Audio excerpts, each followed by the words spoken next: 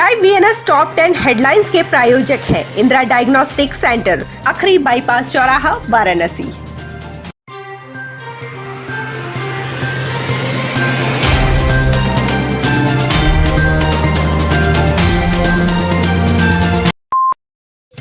वाराणसी में सोमवार को कोरोना के 8 नए मामले सामने आए हैं। बीते 24 घंटे में कोरोना से किसी मरीज की मौत नहीं हुई है।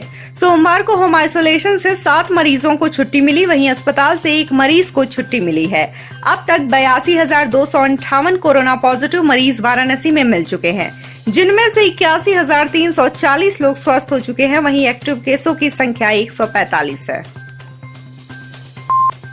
कोतवाली थाना अंतर्गत मैदागिन चौराहा के पास सोमवार की सुबह सीमेंट मिक्सर वाहन की चपेट में आने से डॉक्टर अकबर अली उम्र 61 वर्ष गंभीर रूप से घायल हो गए। सूचना पर पहुंचे कोतवाली थाना प्रभारी व काल भैरव चौकी इंचार्ज ने घायल को जिला मंडलीय अस्पताल भर्ती के लिए भेजा, जहां डॉक्टरों ने उन्हें मृत घोषित कर दिया। जानकारी के अनुसार डॉक्टर अकबर अली दालमंडी क्षेत्र के अकबर मार्केट के रहने वाले थे। डॉक्टर अकबर अली प्रतिदिन शाह नर्सिंग होम रामकटोरा के लिए अपने निवास से जाते थे। डॉक्टर अकबर अली वाराणसी के मास्टर हज ट्रेनर थे। शाह नर्सिंग होम ऑपरेशन में रोज सुबह डेली जाते हैं, ये डेली की रूटीन है इनकी।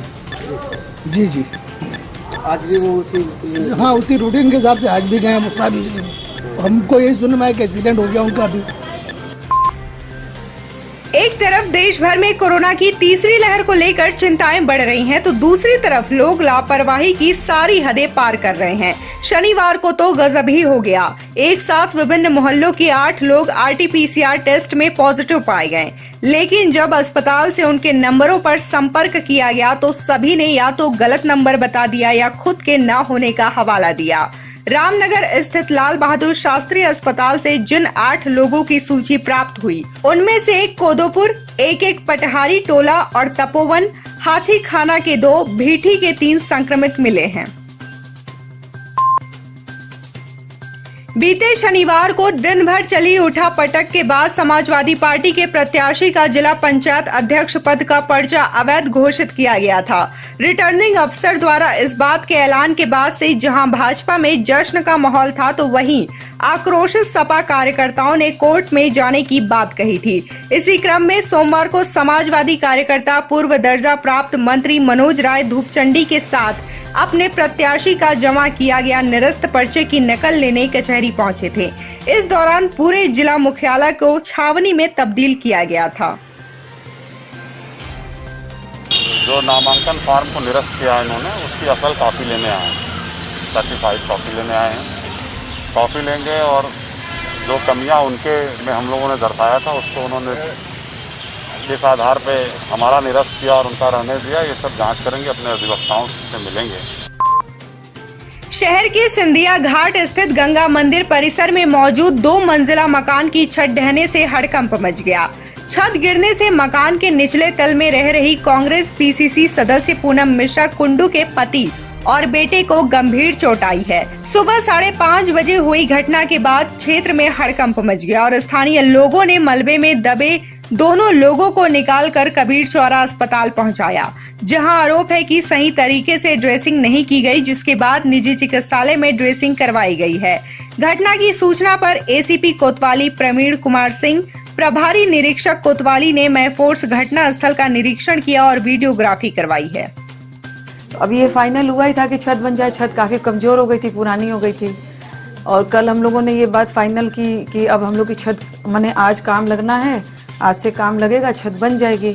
लेकिन इसी बीच आज सुबह 5:30 बजे हमारी छत गिर गई, जिसमें मेरा बेटा यहाँ सोया था, मेरे पति यहाँ सोए थे। मेरे बेटे को यहाँ चोट लग गई, उसको 10 टाके लगे, मेरे पति को 6 टाके लगे, सिर फूट गए। मेरे बेटे की हालत काफी खराब है। पंडित दीनदयाल जंक्शन की जीआरपी और आरपीएफ की संयुक्त टीम को दोहरी सफलता हाथ लगी है। बीती रात जहां 2 करोड़ का सोना जब्त करने में सफलता प्राप्त की, तो वहीं सोमवार की अल सुबह 2 अन्य संदिग्धों को हिरासत में लेकर जब पूछताछ और तलाशी की गई, तो उनके पास से प्रयागराज से रेलवे पार्सल से चुराया गया मिलिट्री का कंसाइनमेंट मिला, तो सभी के होश उड़ गए। फिलहाल इस संबंध में पकड़े गए संदिग्धों से अन्य सुरक्षा एजेंसियां पूछताछ में लगी है।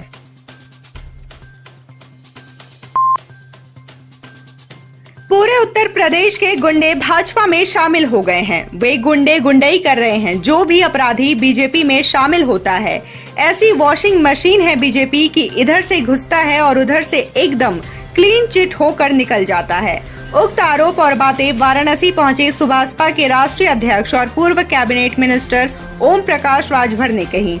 ओम प्रकाश राजभर ने मायावती की आज लखनऊ में हुई प्रेस वार्ता पर भी कटाक्ष करते हुए कहा कि हाथी के दांत खाने के अलग और दिखाने के अलग होते हैं।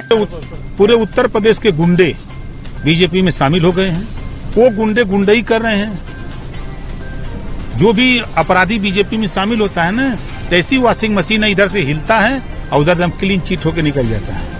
वही गुंडे इनके यहाँ गुंडई कर रहे हैं। चाहे गोरखपुर की सीन देखिए, बलरामपुर की देखिए, बांदा की देखिए। मंत्री बैठ करके निर्वाचन अधिकारी के यहाँ वो पेपर जांच कर रहा है। यही है लोकतंत्र, यही है बीजेपी। तो ये इनकी गुंडई साल भर के बाद इनके सभी मेंबर उलाट के दिखाएंगे हम। हाथी के दो दांत होते हैं, दिखाने के और खाने के और। शनिवार को जहां कबीर चौरा चिकित्सालय में 45 प्लस के सेकेंड डोज के लिए पहुंचे लोगों को वैक्सीनेशन सेंटर पर मायूस होना पड़ा, तो वहीं सोमवार को चौकाघाट आयुर्वेदिक चिकित्सालय के वैक्सीनेशन सेंटर पर लोगों ने जमकर हंगामा किया। हंगामे के बाद अस्पताल के अधीक्षक ने कहा कि कोई हंगामा नहीं था। 400 डोज 200 के हिसाब से मिली थी, वो लग गई। दूसरी तरफ वैक्सीन लगवाने आए व्यक्ति ने आरोप लगाया है कि 61 नंबर का टोकन मिला तो 200 डोज में से मेरा नंबर क्यों नहीं आया। गुस्से में उक्त व्यक्ति ने अपना रजिस्ट्रेशन स्लिप भी फाड़ कर फेंक दिया। भाई जब जितना हमें वैक्सीन का मिलेगा उतना ही तो लगवाएंगे हम। भीड़ को समझाया जा रहा है, टोकन उनको दिया जा रहा है, टोकन के आधार पे दिया जाएगा, लगाया जाएगा उनको। समाज सेवा किसी भी पद की मोहताज नहीं होती और ना ही उसके लिए किसी पब्लिसिटी की जरूरत होती है।